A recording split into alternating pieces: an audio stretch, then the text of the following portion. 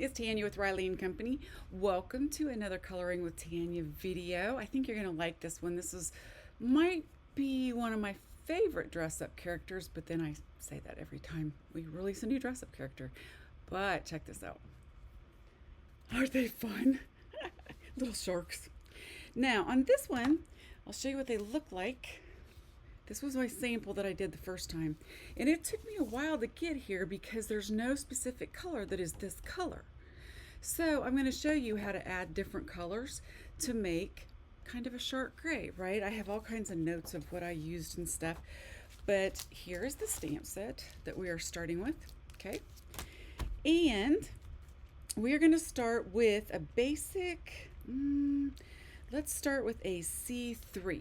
Okay, we're just going to cover the majority of the body with the C3. I'm going to do his little fins. So I'm basically just going to lay down my color. And how I do that is I always draw an outline and then I come back with circles to blend it in. And the reason for circles is this. You can draw your lines like this, okay, but then you have line marks. If you do circles like this, the saturation is much better between the two. So that's why I do circles. Now I am just going to fill in the rest of most of it with the C3. I just create my outline and then fill in later with circles. Okay, now I have my first layer down, and the great thing about Copics are if you want something a little darker but in the same hue, you can use the same pen, okay? So I'm going to use C3 again, but I'm not going to cover all of it. I'm going to leave parts of it a little lighter. So I'm going to come down from the bottom where the shadows would be. And I'm going to go up around the back side because that's where they would be, the shadows. I'm going to do the same on this little guy's foot. But right in here it's going to be the lightest. So I'm just going to not quite go to that line. And I'm going to do the same on the top of his arm. So I'm going to go underneath the arm here, but leave a little bit of light on the top. And it will blend in, I promise.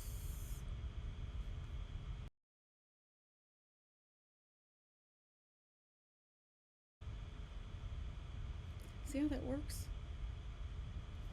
Now the sun we're going to pretend is going to be coming from right here. So this would be the lightest, this would be a little lighter, and this would be a little lighter. And not here, so I'm going to color that back in, but there's still a little bit down under his arm. It's going to be a little darker. And I'm using the same color marker, but there's two separate shades of that marker just by using it again. It's one of the things that I love about alcohol markers. And sometimes the marker will let you do it 3 times, which is a lot of fun. I'm going to try it for a 3rd time. Yep, this color will. Alrighty.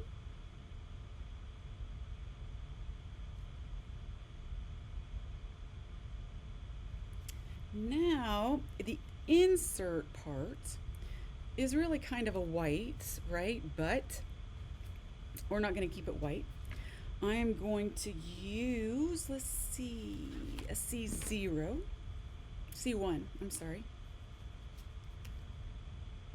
And I'm just going to very lightly color around these edges.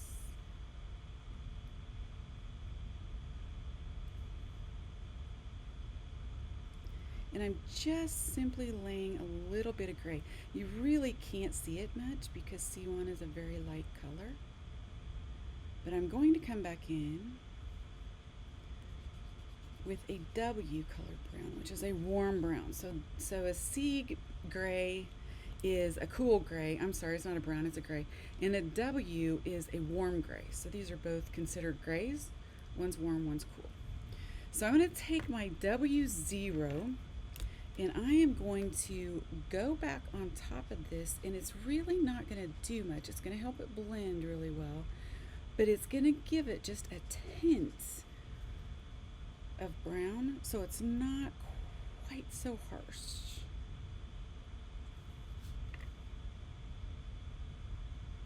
Because we want his teeth to stand out, and those are like pearly whites. Okay. Now, this is good if you want to have a gray shark, right? But I didn't want to have a gray shark. I wanted to have a blue-gray shark. So the colors, oh, I forgot to tell you that we are going to make a little list of what we are using over here. So that is my W0. And this is my C1, which is almost dry. As is my pen, apparently. And that is C3.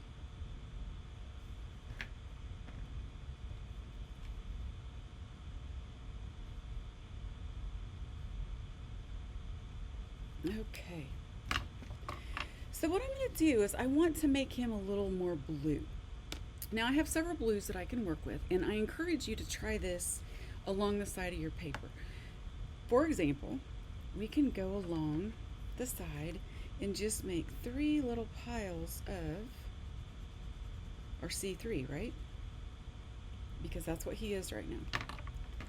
So we'll just write this down so we remember, because that's my hardest part, is not remembering. But I want to take a B00, and we'll just lay it on top of that C3 and see what color it makes it. So that is C3 plus B00. It's kind of a bright color, a little brighter than I want. Or a B93. There we go. And that's kind of a blue gray. That is the shark gray I'm looking for. So it's C3 plus B93. So what I'm going to do with this is I am going to come in and I am just going to give it a once over with my B93.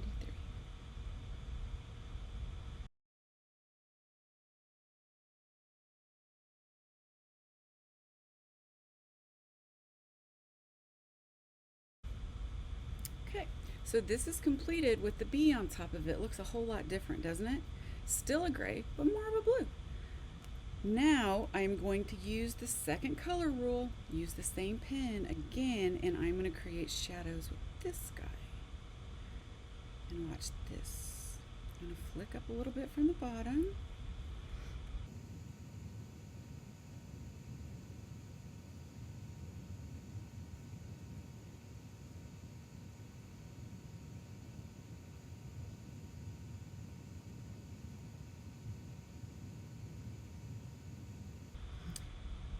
And to do that, I'm not saturating the whole thing again, just about half of it where I think the darker shadows would be.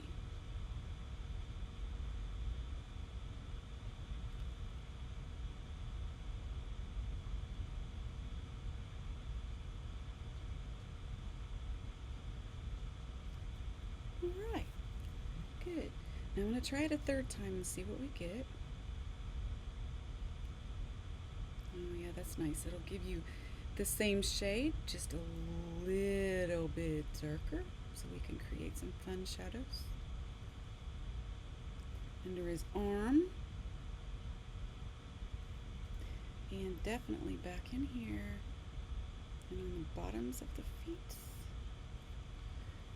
And under this arm. Fin. It's not an arm, is it? It's a fin. Okay, yay. Now, to add some interests, we're going to bring a little back in here. When you color, if you add a little more saturation just along some lines where you think it might be a bit darker, it just makes the other side look a little bit lighter too.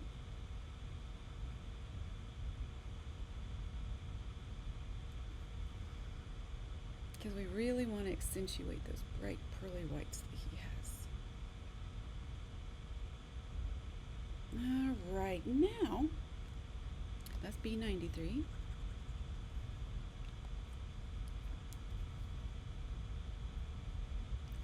Now, of course, we're going to make him be our little blue-eyed guy, so we're going to add blue to his eyes, and that is my B00.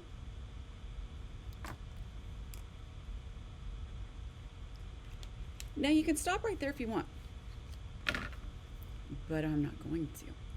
So I'm going to take my W1, and I'm going to bring some more lines under here and create some more shadows right along here. Not a lot.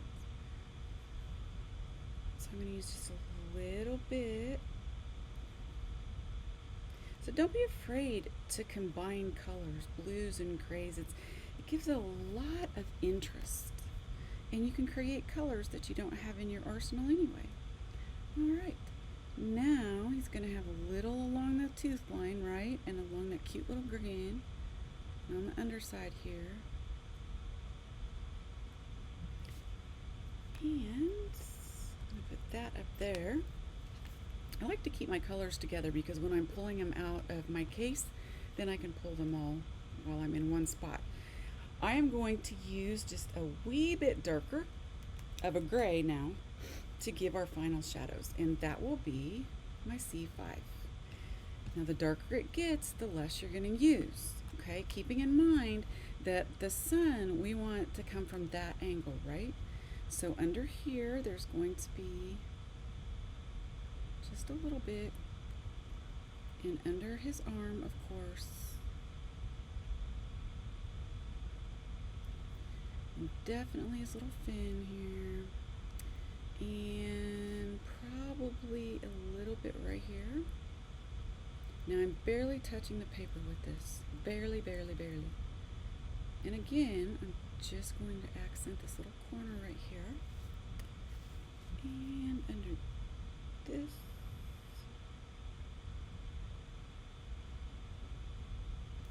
Just like that.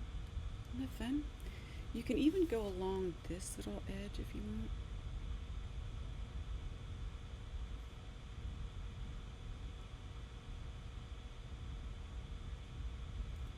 And there you have quite a handsome little shark. But wait, there's more.